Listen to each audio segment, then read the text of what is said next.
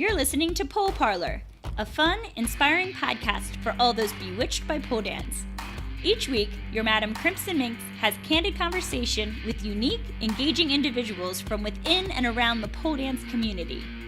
Pole Parlour is passionate about preaching creativity, soulful sensuality, and empowerment through pole dance. You know how we do. Welcome everyone to Pole Parlour. This is episode 24, Kitty Velour. I'm your host, Crimson Minxxx. On this episode, we have Kitty Velour. Kitty is a pole dancer / artist living in London.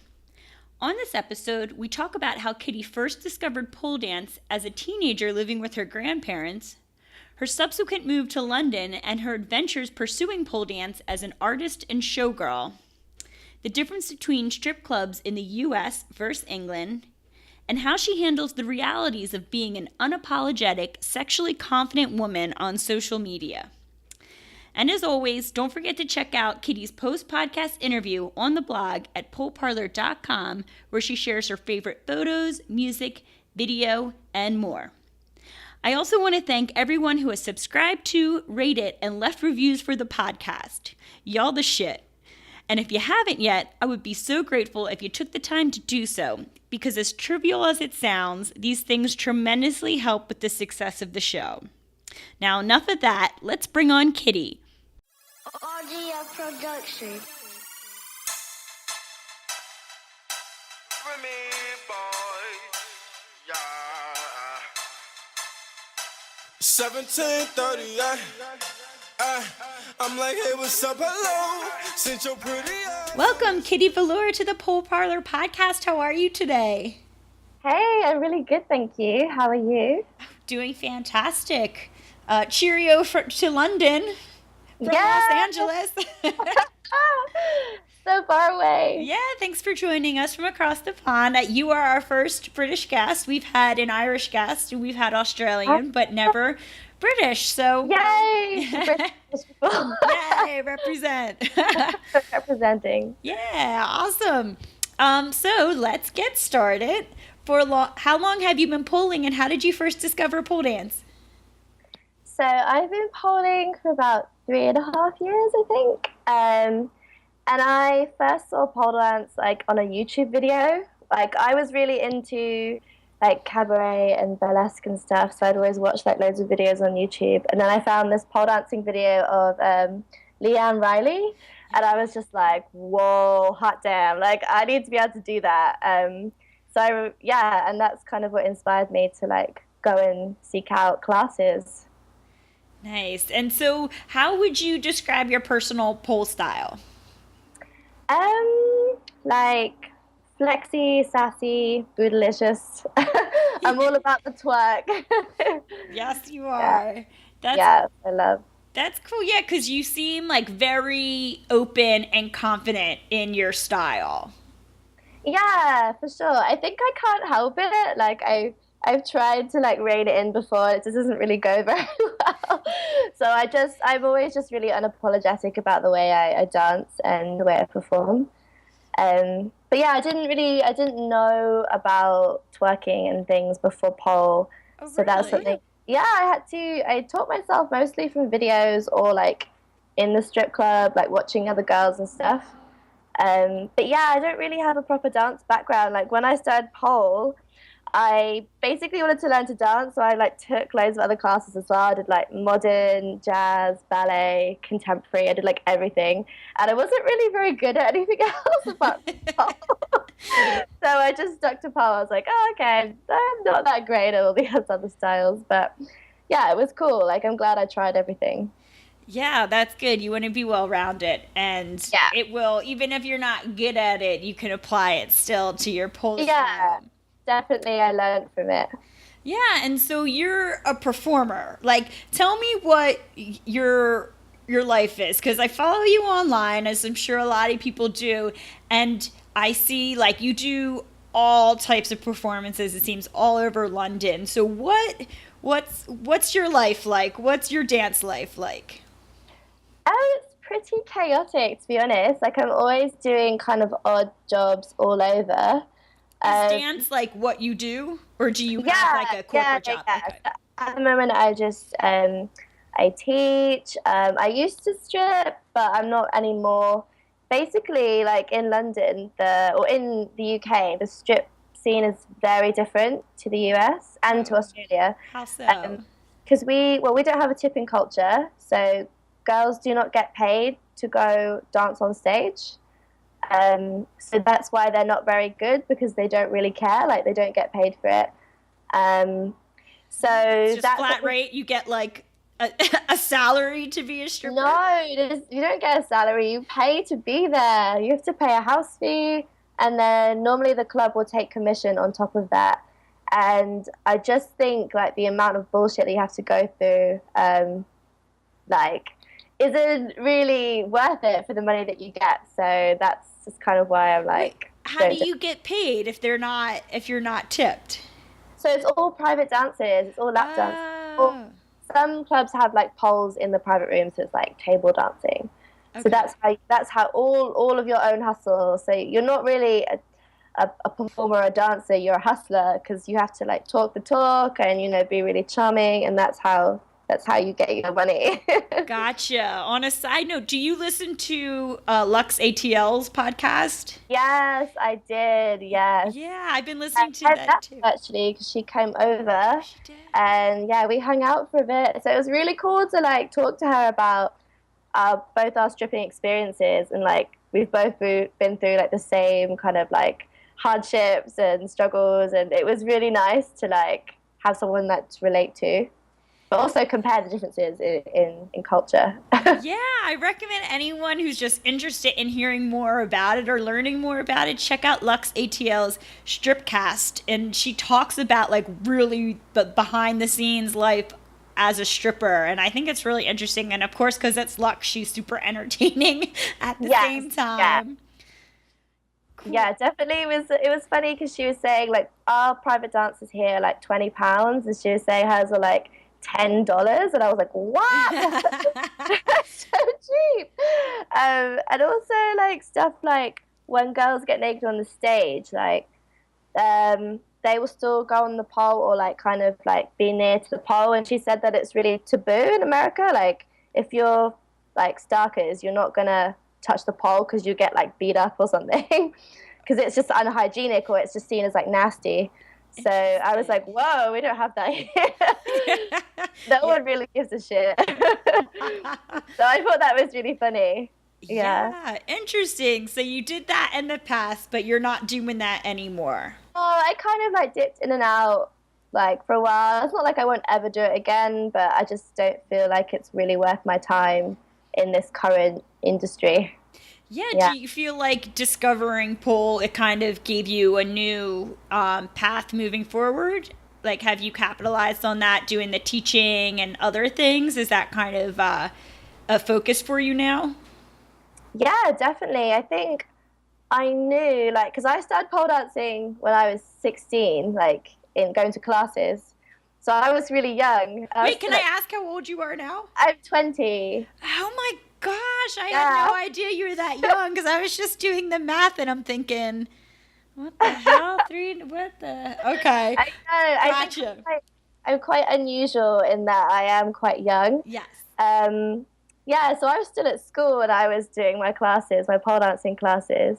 I remember when I was 17, I got so like obsessed, I just went and bought a pole and I brought it home. Because I live with my grandparents, I just brought it home and I was like, yeah, I bought this pole, I'm going to put it in my room. Is that cool? Like, Grandma's like, this is not going in the dining room. And they're like, what? Okay. And me trying to like carry it through the door because it's so heavy. And also, like, just to add to the mix, my grandparents are Jehovah's Witnesses. No way. Yeah, so I was brought up like very religious, but I think I'm really lucky because, you know, they're quite open-minded and they could see that it was something I really enjoyed and that it made me happy. So, you know, they were pretty cool with the pole dancing stuff. And yeah, I came home from school and my granddad had put up my pole for me, and I remember just being so happy, like screeching, like, oh my God. Wow. So yeah, happy memories of bedroom polling when I was doing my A levels. Oh my gosh, that's so funny. So they like totally, that's cool. You didn't have to hide it from them or anything. Yeah, And they, no. I mean, I don't think they were over the moon about the stripping side of things, but they understood like what pole. They came to my first ever show and stuff, so oh that was wow. cool. Yeah, yeah. I think a lot of people's families who are like non-religious are like can be a lot more kind Yes. of hostile towards it. So I think I'm quite lucky in that respect. Yeah, I agree. So you know, in your style, you come off very confident and very like, you know, a lot of self-love, a lot of, you know, lots of comfort being like in your own skin. But you did say on social media recently that you've been through a lot of shit and that it took you a while to get there, even though now I'm realizing you're so young that you're still, to feel that level of comfort at 20 is amazing. But can you say how you kind of got there? And like, do you think pole has like helped form you as like a confident young woman? Yeah, pole's given me so much confidence. Because yeah, before pole, like when I did like sports at school, I would like never get my legs out. Like I was really embarrassed about having like a big bum and like massive thighs. So I would like never. I would always wear like my jogger bottoms, and then so for pole, like to get my legs out was like a huge deal. And now I just like prance around in my thong with like half my vagina hanging out, and it's fine. So yeah, I think it was very therapeutic for me. Like especially I think when you're a teenager and you're going through all this kind of weird body image crap and stuff. And I've always been like quite a highly sexual person. I was always really open about it, and like get a lot of hate for that as well, like being quite liberal. So pole was like my safe space where I could just dance and be myself and not be like ashamed. So that was really, yeah, it was a really important like part of my growth as a person. Yeah, and I feel like you've connected with a lot of like-minded people in London. Yeah. Can you tell us what is the East London Strippers Collective? So the Strippers Collective is like a group of like some hot ass sexy women who are not all like ex strippers or strippers. Most of them are ex strippers now. And we kind of want to challenge the stigma around stripping and change perceptions and provide new spaces for women and men to be strippers, and kind of get out of the clubs, which are a bit crappy now. So yeah, we're just kind of from all walks of life, and I knew about the collective before I moved to London. Like I was like really keen to get involved, and we all work together at this venue. Well, not all of us, but quite a lot of us at this venue called the White Horse, which has recently closed. And that was a strip pub. So I don't think you have strip pubs in America.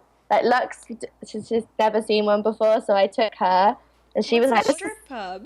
Basically, it's a pub, but there's strippers, but it's not all like it's not flashy like a club is. It is literally a pub, and then there's a stage in the corner, and there's strippers. Is it like bikini dancing type thing?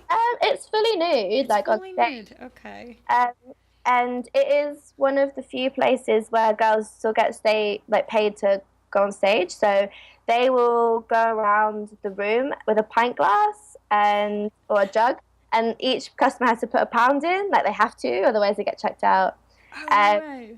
Yeah, and people can be a bit like snooty about it, saying it sounds a bit like trashy. I'm like, well, dancing on stage for free is kind of degrading, so actually getting paid is, it's a good thing.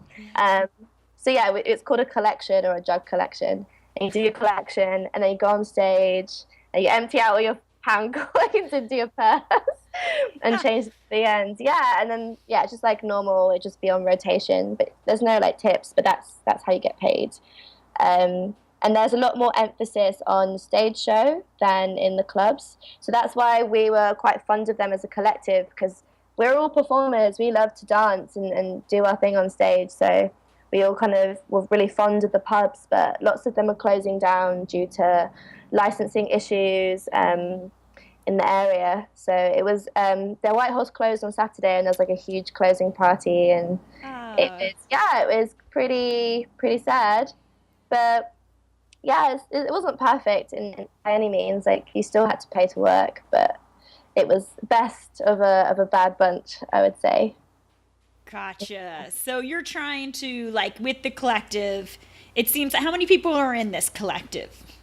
I don't know. Like, there's some of us who kind of are like more of the main, like be more at the forefront, and we do more of the dancing and then the events organizing. But there are loads of people in the collective who kind of dip in and out.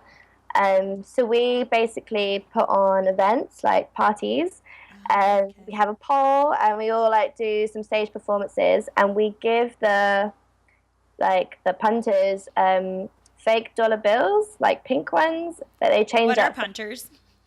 Oh, punters are like the customers. Okay, okay. That's what we call them, the punters. Yeah. Gotcha. Okay. Yeah. So yeah, they all have pink dollar bills, and they can like make it rain on us, and then we collect all those tips at the end, and we can like cash up. So that's really you cool. guys have coins for dollars. Exactly. That would be fucking terrible if people were just like chucking coins at you. Fucking coins at us. That would be terrible. Yeah, exactly.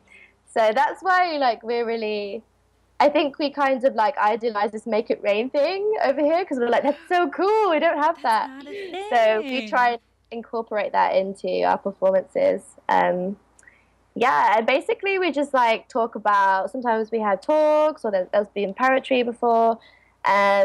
And we did like a big festival last year where we had like lots of different events. We had like 2 parties. We had like a stripper wear fair. So we like loads of strippers were all selling their old, outfits or like swapping them. Oh, that's fun. We did like academic symposiums. We had speakers come and talk about the industry, and it was really interesting. Like all different things about what's happening with it and how it used to be, and stuff like that from an academic perspective. So yeah, we just kind of put on different events and try and like preach the word about strippers are awesome. That sounds really fun, A, but B, it's like you're taking the control away from the club owners, who I know in, strip clubs here, it's the strippers have the least power at the club, because as you said, like, you have to tip out everyone, and you do have to pay over here too to strip it. I think a lot of people don't realize that, and then you feel like, and it's, I mean, I can't speak for every strip club, but a lot of them are like non-stripper owned, like male boss who are like taking most of the money, and not, obviously they're paying the rent and things like that, but it seems like you're finding a way around that to put the power in the control of the dancers. Yes, 100%. We want to reinvent the industry. We want to have our own venue one day, so that's like the goal. And I mean, getting naked is like pretty like intense thing, so you should get paid for that. Like, you shouldn't have to, be groveling away to old men, like trying to hustle money for something that, kind of beyond that. You should get paid for being naked. Yeah. I 100% agree. And if it's, and it seems like, I've seen some videos from these, it's creative, it's artistic, it's engaging, it's really fun. Like, you're putting on these maybe less slimy shows, or maybe you're demanding more respect for yourselves. Do you have security there? Do you bring on security and things like that? Yeah, we have security, and we don't do any private, we don't really do private dances. Like, if someone asks, we might do 1 or 2, but mainly it's the stage. And yeah, so you're on the pole. When you're on stage, you're the queen. Like, no one can touch you when you're up there. You're complete ownership of the room. So it is like reclaiming it. You can do whatever you want. There's nothing wrong with being a little bit trashy and a bit smutty. Like, it's fine. So we just kind of do all our own styles. And I think it's such an incredible show, because most of those girls are like self-trained. They're not really, it's really separate thing from the pole community. Yeah. Like, I'm kind of in both, but most of them are just, they've been taught like by other strippers in the strip clubs. They don't go to classes. They've never been into a studio before. So the way that they dance is so authentic, and it's so amazing to watch. Like, it's really, really incredible. Yeah. Wow. Yeah, that's really cool. And then you guys are also, did I see you're working on a magazine?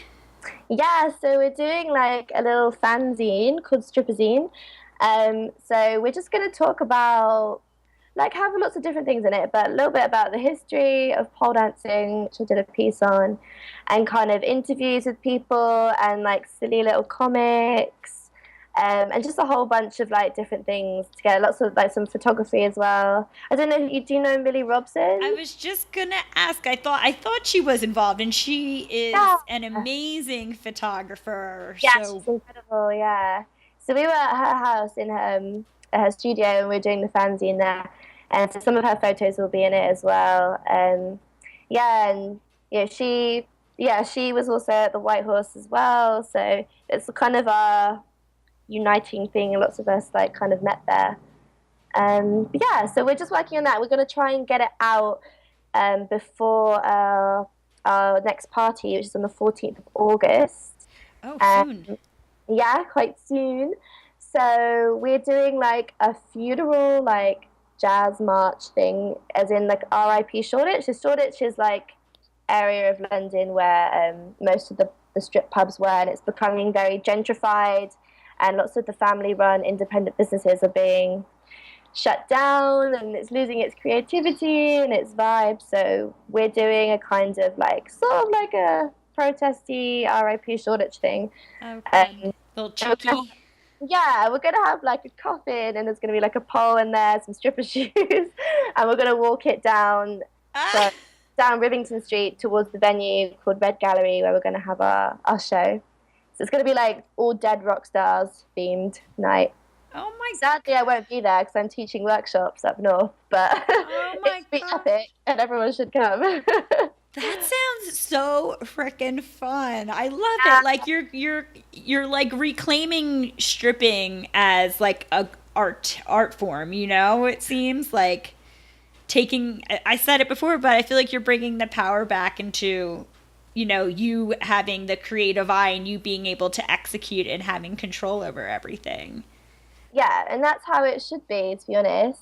Like when the girls talk about how the pubs used to be, they used to be all stage shows and there was no private dancing.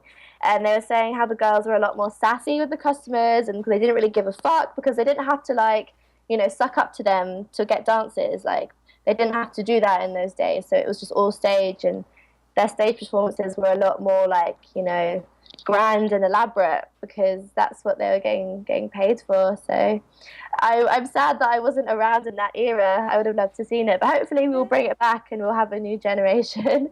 Yeah, you of create your sassy- own. Yeah, exactly. So if you see any of the pictures from our parties, you just see like how mental they, they are. Really fun. Yeah, I'm gonna put all of your social media and everything in the show notes so people can go over and check it out. Yeah, definitely check it out. Yes. And so another thing that you post about is City of Queens. Is that's like another venue that you This is a separate thing that like a venture that I've started on. It's quite new, so I'm not like I don't really know loads about it yet. But basically, Okay. I just heard from a friend about this audition for like an American style strip club, and I was like, that sounds awesome. And it was like to do with like twerking and stuff. So I thought I'd just go, got nothing to lose, see what it's about. So I went into this audition. I was like the whitest person at this audition. They were all like amazing dance hall, like twerk black girls. They were so good, and I was like, oh god. and then you released your butt work and then they were like bow down. I was as good, but like I thought there was gonna be a pole, and there wasn't a pole. So I was like, okay, I'm just gonna have to do all floor work. It's fine. So yeah, and I brought my massive stripper shoes, my pony ones. And all the girls were like, are you going to audition in those shoes? And I'm like, yes, I am. So, yeah, because I don't think any of them were strippers. So I just did something a little bit different from what they were doing. But it was a really nice atmosphere, actually. They were all really friendly and really talented dancers.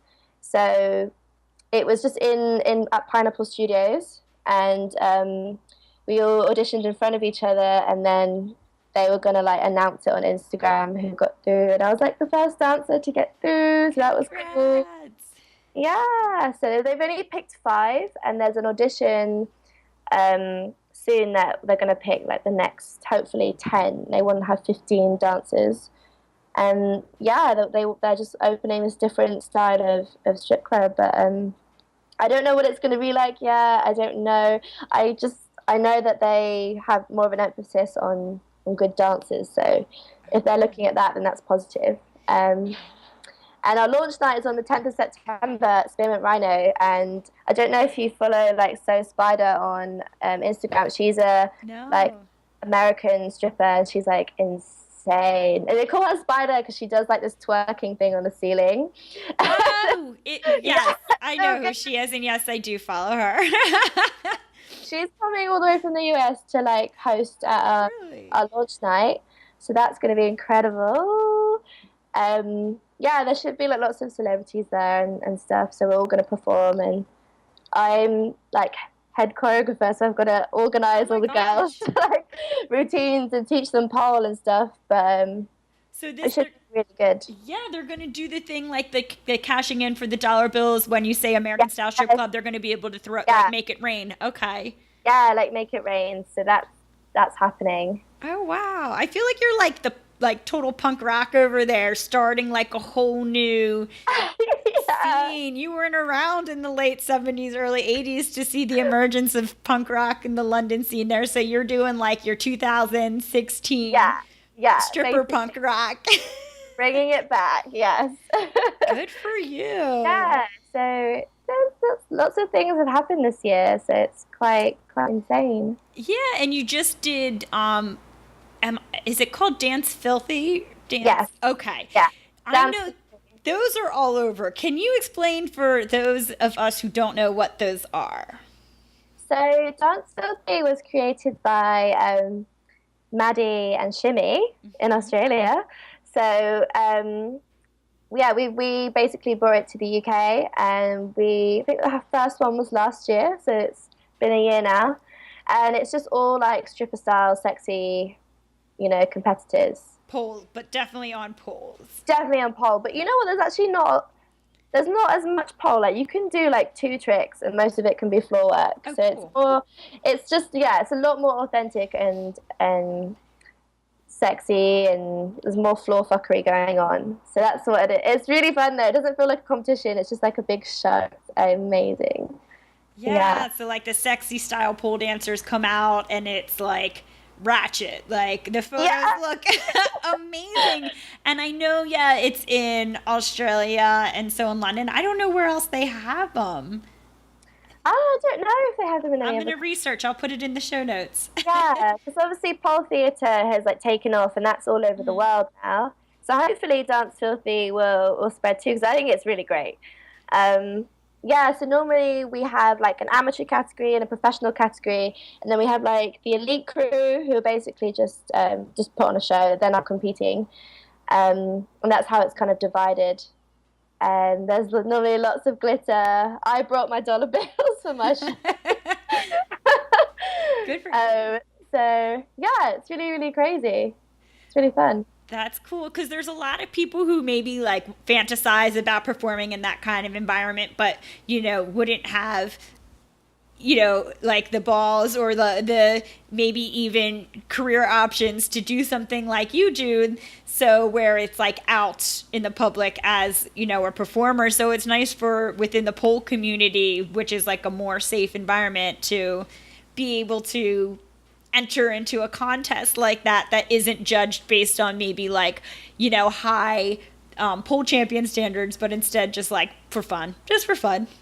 Yeah, exactly. I've never done a competition without my heels. I've only done like sexy comps, so I don't know what. I've heard that it's like quite intense, like some of the competitions. Girls are good and guys are good. Yeah, which is like, it's just a different thing. And for me, I'm all about the show. Like I love performing, and that's why I do it. So I don't think I'd really thrive in a very like highly competitive atmosphere. Yeah, I think I would enjoy it, So I think it does provide a space for people to try something different and to get their sexy on, which is, I think there needs to be more of those kinds of things. because it's hard, like, if you want to perform but you don't want to compete. So Yeah, we any talk about that a lot. yeah. Yeah, so it seems like you're creating some in London, and Yeah. it's slowly happening over here as well, where the competitions are awesome, but you really have to train like an athlete, and some people aren't capable of that, you know? So it is nice to I just be able definitely to don't do that. perform. Yeah, no, I do. I definitely see myself as more of an artist than an Okay. athlete. I don't train enough. I'm too lazy. Oh, don't say that. You just I'm put not your going to be like efforts. rushing out the press ups. Like I dance a lot, but yeah, it's not quite on the same level as that kind of athletic standard. I know, which I love watching that as well. I love watching Yeah, everything that good. all has validity. But Yeah, amazing. but we also spoke with let's go back to your twerk, which it's funny that you didn't know what that was until recently because you're amazing at it. And we had Vertical Joe on last week, and she Yeah. talked to us a little bit about her twerk technician program. And I had hinted that we were actually having a certified twerk technician. I can't say that. It's a bit of a tongue twister, isn't A it? certified twerk technician on the show, which is you. You were certified. So how did that happen, and what was that like? I just saw an event like about the fact that Joe was teaching and that you could become twerk certified, and I was like, oh my god, she's come all the way from Atlanta. Like, this is it. I have to definitely go.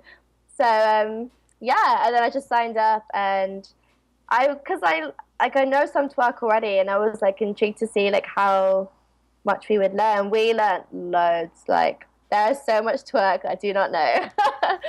So many different positions and like technique. It was amazing. It was really tiring as well. We did like a workshop at the beginning, and I was just like red in the face. I was like, can't breathe. It was really intense. Yeah, but it was really good. And yeah, Joe's a really good teacher, and her bum is fabulous. So good. You're telling me. I agree. How many days was it? Was it just a 1 day certification program? It was like a 1 day intensive. Yeah, it was like 6 hours, I think. Okay. So yeah, we did Wow. the workshop, and then she broke it down. Like, we went through like all the moves in this workbook. Yeah, they've all got these like ratchet names. It's so good. Yeah, because obviously the way I learned it, I didn't really know what everything was called, so I just made up some other names. So I was like, okay, this is what this is called now. Yeah. Yeah, you got your twerk education. Yes, yeah, which was awesome. It's yeah, it's difficult. I don't think there's much of a big thing here, so it is harder to find spaces that teach that kind of style. And you're Yeah. now certified to teach it. Yes, yes. And do you teach in London? I do, yeah. So I teach like I do like a pole exotica class, and then I do like a sass and ass class, which is like everything, like twerk, floor work, like some sexy choreo, all the good stuff in one. So yeah, I love teaching. I've only started teaching like last November. Yeah. So I think I'm still learning as an instructor, but it's something that I love. Like, I didn't realize how much I would enjoy it, and to be able to, bring someone out of their shell, and for them to like kind of embrace themselves and their bodies and their sexy side is such an amazing thing to be able to give to someone. Yeah, so I love it. I really love teaching. Yeah, wow. And so, I mean, I wish I was as comfortable in my own skin at 20 as you are, you know? And I mean, I'm sure so, you post online unabashedly, you'll be Yeah. twerking in your thong, you'll be pulling in like, a little bikini and just doing whatever you feel. And so reality is not everyone is as open-minded as you or I, and our audience. So Yeah. what has been your experience with social media? Have you had any issues and how do you handle that? I think when I was at home in Devon, like when I first started posting things, they weren't that explicit at the beginning. Just me like doing a pole trick. I think like yeah, people could be quite like catty about it, like especially at school. And I was always known as that like that pole dancing girl. Like I was just completely defined by it. People were quite mean to me about it, like not directly to my face, but I knew that like people would talk about it. Um, but you know, I always had friends who understood, and I remember one time I invited loads of people over to my house, and I was like, oh yeah, and I can teach you to do like some spins on the pole, and one of them was like, I don't want to learn how to be a stripper, and I was like, okay then. Like Yeah. you don't become a stripper by spinning around a pole. That's not You how really this don't, works. no. If only it worked like that. Yeah. Practically a tender stripper. Yeah. So I think definitely in the beginning it was a bit difficult, but I just kind of like filtered out. I think when I moved to London, it was much easier because it's like a fresh start, and I just kind of like branded myself that way quite early on. And yeah, all the people that I'm around are all like pole dancers or strippers or performers, or like in all these kind of different scenes that overlap. So I'm not really around like vanilla people, should I put it like that. So it's not too bad for me at all in terms of social media. But I do find that like the greater your following, that you do start to get your trolls and stuff. Yeah, I was gonna say there's gotta be, girl, you're like pretty and you're sexy. I've been on the internet before. I know you gotta get some creepy jerks out there. Yeah, there's definitely some like comments that are a bit rude, but like I don't really bother about it. Like sometimes I reply like silly replies, or I just delete them because there's no point like wasting effort and anxiety over that. Like you don't need to prove anything to that person. So yeah, I think it's not too bad at this point. Good. And like I think I grew up in a social media generation, so I've always been like quite on that, and I know how it works. Yeah. When I was like thinking as you're talking, when I was your age, MySpace wasn't even around yet. Like I didn't even have a cell phone until I was it's just crazy, 21. Yeah. So I didn't have I always think like, damn, I would have been in trouble, but it seems like you were raised in it. So maybe like you just have thicker skin, or you know how to handle it better, or you understand the reality of like, oh, just letting that troll get to you is just what they want, so just delete them, ignore them, don't feed energy into it. Because I'll like get comments on things that are like so innocuous, like, you know, like someone in like a bad kitty, you know, or I'll see comments and someone in a bad kitty outfit, you know, doing some real like a beautiful strength move on a pole, and someone feels the need to type something about them being a hoe or something. Like I can't imagine that you don't see that too. And like, I'm offended reading this, and it's not even directed at me, but yeah, I know there's definitely been some like upsetting like things, but I don't know. I think you just get used to it. You just, it brushes over you, and you just have to take it back. If someone calls you a slut, be like, yeah, I'm a slut, and what? Like, so yeah, you just have to take ownership. So that's why I love all like the ratchet and like nasty words like that, even that are, you know, they've got derogatory connotations, but I'm reclaiming them and making them a good thing, a positive thing. So yeah, welcome to the hoe life. I saw someone uses hoe as an acronym, and now I can't remember what it is, so I shouldn't have even brought it up. It was like heaven on heaven on earth. Yeah, that would be it. Yeah. So it was like, you know, there's this woman I follow on Instagram, and she says hoe life, and it's like someone was, you know, talking shit on her. She's like, in my world it means heaven on earth or something along those lines, and she was like, I reclaimed it, and you know, you have no power over me. And I was like, yes, queen, do it. Yes, queen. I love it. Yeah, that's what it's all about. And yeah, when you get into the habit of doing it, you just automatically do it all the time. I did find like I actually went to uni for like a term and then I dropped out. But when I was there, I brought my pole and I put my pole up and I was really open about pole dancing and stripping and stuff. But sometimes it can be difficult because then people define you by that, and then that's all that you are, if that makes sense. So they don't really want to know anything else about you. Just like, oh, you're that stripper girl, like, do us a show, give us a lap dance. I'm like, no, like, why should I? But it's annoying because like it's such a huge part of who I am. But then when you're defined by it, it's difficult to like talk about anything else. Because it fascinates people. Yeah. People are so shocked that you're, so open about it. And yeah, exactly. So I don't know what it's called, like the security people kept trying to like take down my pole and I just kept moving it around. And obviously when I was at uni I was just like going out quite a lot, so they came over like and tried to take it away and I was drunk and I was like, no, and I was like crying. And all of these other people outside, all these other students were like, don't take her pole, it's her life. It was just comical scene. That's what's happening. I think it was like for health and safety or something silly, but oh yeah, I'm sure they came up with something to justify it. Yeah. But I spent more time in the pole studio than I did at uni, and I was just like, I just need to have a crack at this dancer stuff. So I moved to London, and and had a go. It was a lot harder than I expected. London is quite expensive, and like I wasn't even used to like looking after myself yet, like feeding myself and paying my own rent. So I was like, this is quite difficult shit, this adulting stuff.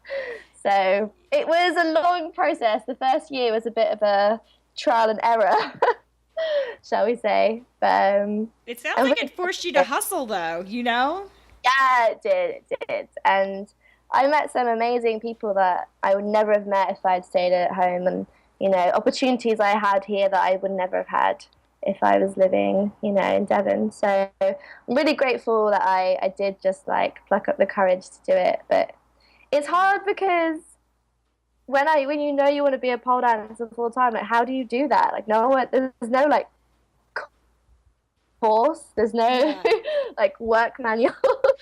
So I found that very difficult at the beginning to figure out how am I going to do this. And it takes time to build up a repertoire of jobs in order to fund yourself through life.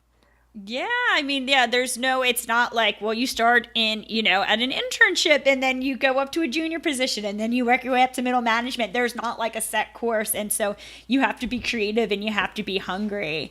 And it sounds like you dabble in burlesque as well, which I feel like your style of pole really does cross over into the burlesque world in the sense that it's like storytelling and it's like audience engagement and it's concerned with costumes and things like that. Yeah, definitely. That was where my first interest came from before I found out about pole. And I haven't actually done burlesque officially, but it's something I would like to do.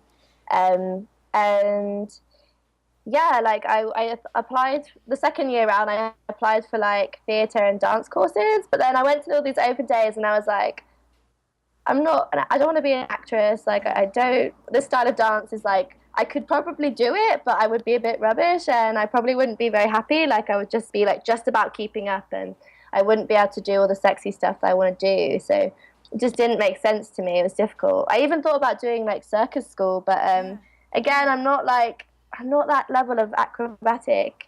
And it's not so much about dance. It's more like you have your apparatus and you train that obsessively. And it's amazing, but it's just not quite what pole dancing is. It doesn't fit into any of these genres. You're an artist. You're like a pole. I would say you're a pole artist for sure. Yeah. But yeah, it's just so for anyone else who's like kind of like trying to get out there, I want them to know that it's like it is quite confusing at the beginning. But you just have to find your niche and keep doing it and keep doing your thing. Yeah, or create things, what you're doing. Right, your opportunities like we have at the collective and stuff like that. Yeah. Nice. So let's jump into the second part then, because I I'm interested to hear your thoughts on some of these coming from a more, we've had a lot of the more OG, which is funny. You asked what an OG was. So for those who are not from I guess it's an Americanism. An OG is an original gangsta. So it just means like old school, original polar. So we've had a lot of the OGs on lately. So you're like more new school. So I'm curious if you'll have different responses to these standard questions. So first one being, who is your pole crush? This one is so hard because, it's just so hard. I would like to kind of like give a shout out to like the other girls who are like home polers, because I teach myself a lot, even though I didn't at the beginning, but just because it's quite expensive to go to pole lessons, and I'm like a struggling artist in London, so I can't afford to like be going to loads of training sessions. So yeah, I really like Pixie Lou and like Angie B. They're both really awesome, and they do all this stuff in their houses, and they're just like, it's so good, so good. But I have so many pole crushes. It's so hard to like put it down to one person. Yeah, I like, I'll put those two in the show notes too, because I don't know if many people follow them. Pixie Lou, she works at a club, I think. She does now, yeah. I don't think she wasn't to begin with a stripper though. Yeah, she does in like 9-inch heels backflips. I know. She is like a gymnast, the sexiest gymnast pole dancer I've ever seen. Yeah, she is officially a gymnast stripper. Like, she's so good. She's insane. Yeah, so she's really fun to follow. Just really creative. I think she comes up with all of this on her own, and because you can tell, like, she'll post videos of her like fails, like trying to like front handspring onto the pole. Like, it's amazing. I know. I would love to be able to do her pixie flip one day. That backflip she does into the splits. I'm like, probably should learn to backflip first. Yeah. I'm always nervous she's going to break her ankle. I feel like a doting mother sometimes when I watch her videos. I'm like, honey, try that without the 9-inch heels first, please. People always tell that to me when I try new tricks. I'm like, I just want to try it in my heels. It's so comfortable. That's how you're going to end up doing it. That's how you feel comfortable. But Mama over here gets a little nervous. Yeah. So it looks very dangerous and scary. And then the other person that you call, it's Angie, right?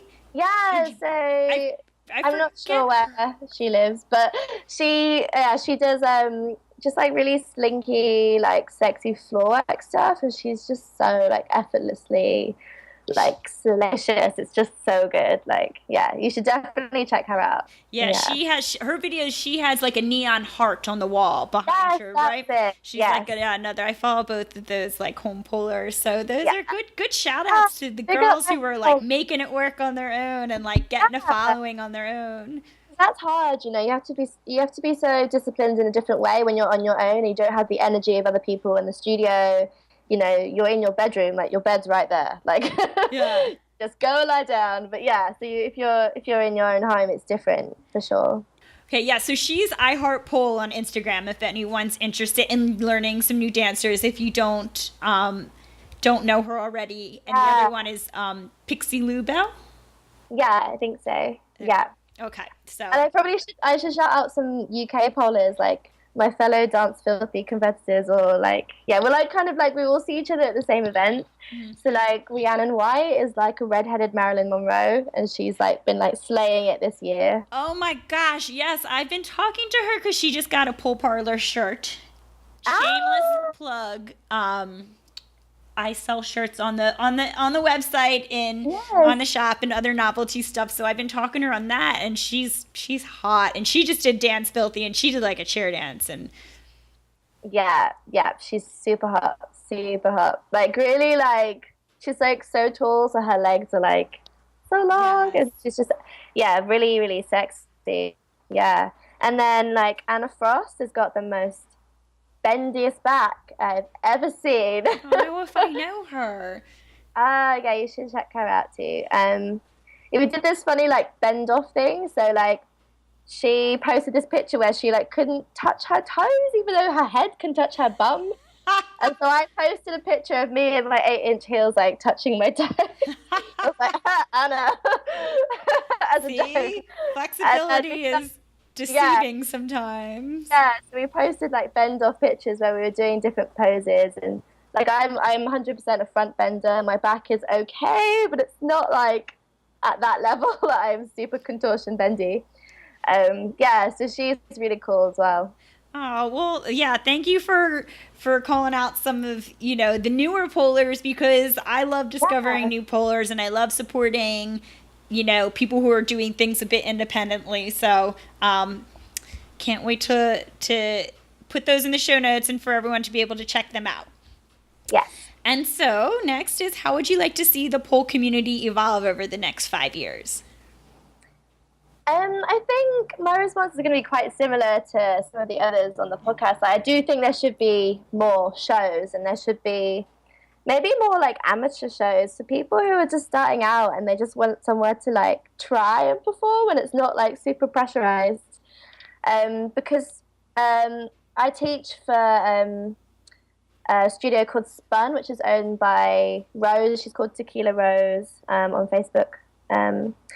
And we're doing an event where like anyone can come perform, and we've got a couple of poles in just like this normal club, which is like a normal bar. We're putting some poles up, and we're gonna have our dollar bills, and everyone just come perform. It's just like casual. Yeah, so we're doing that on the 25th of August, and I'd like to see more stuff like that, just like for people to come in and show what they've learned. And to be a bit more relaxed about it. It doesn't have to be like a high profile thing.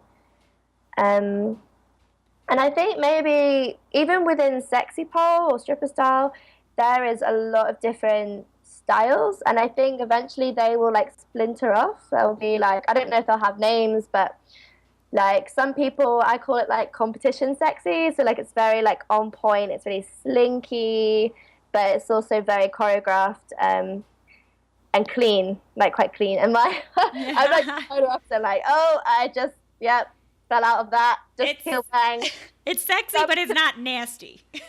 Yeah, jump into the splits, twerk. Like it's very like kind of. It's more like because I'm quite inspired by dancehall, and their dancing is very raw. Yes. They have this thing called like orgasm leg, where they like shake their leg, like vibrate it. It's called orgasm leg. I've seen it. I didn't know that's what it was called. Yeah, that's what it's called. I'm like, oh, that is like another level. But yeah, so there are lots of different styles, I think, even within sexy. And I think that those might kind of differentiate from themselves eventually.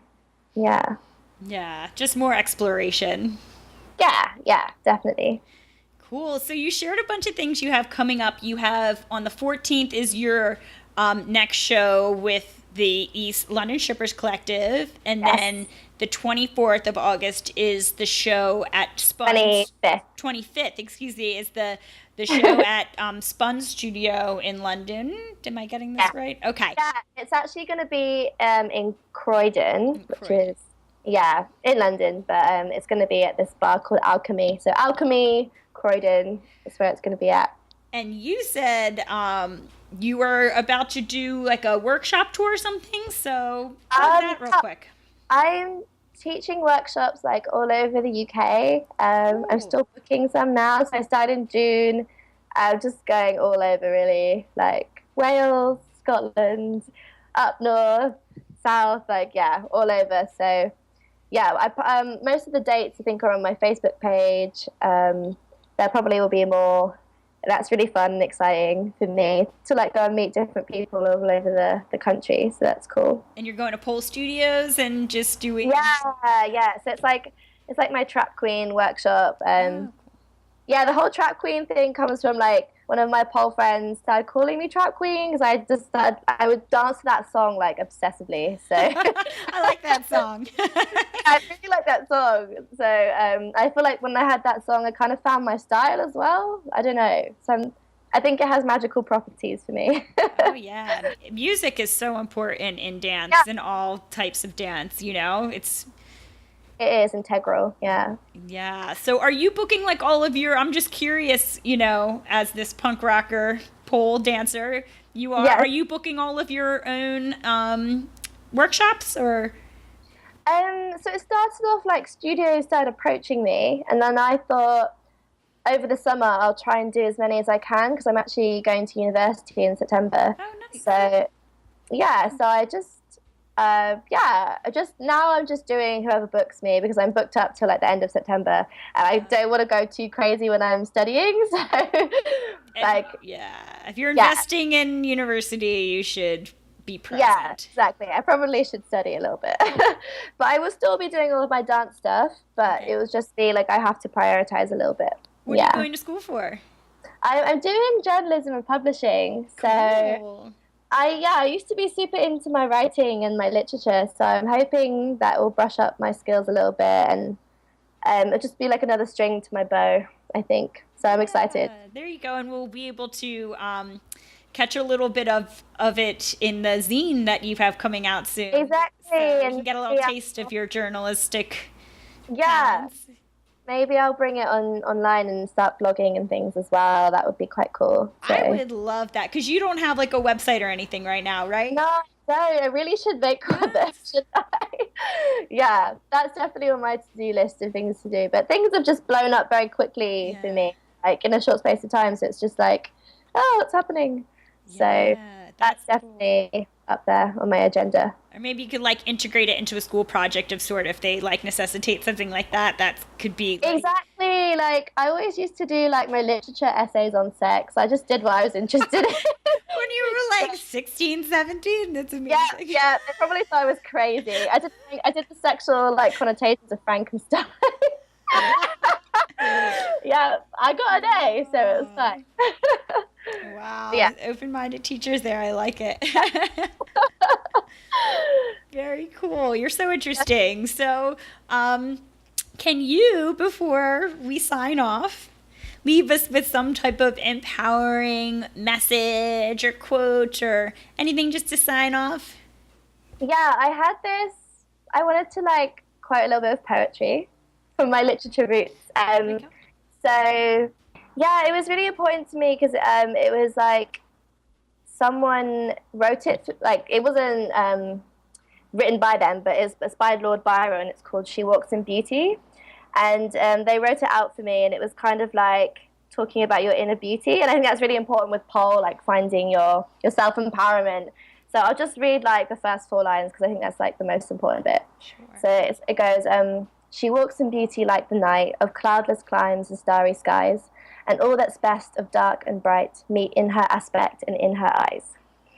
So it's about like finding your own badassness and owning that, like, you know, giving 0 fucks and just like finding what makes you beautiful, what makes you powerful.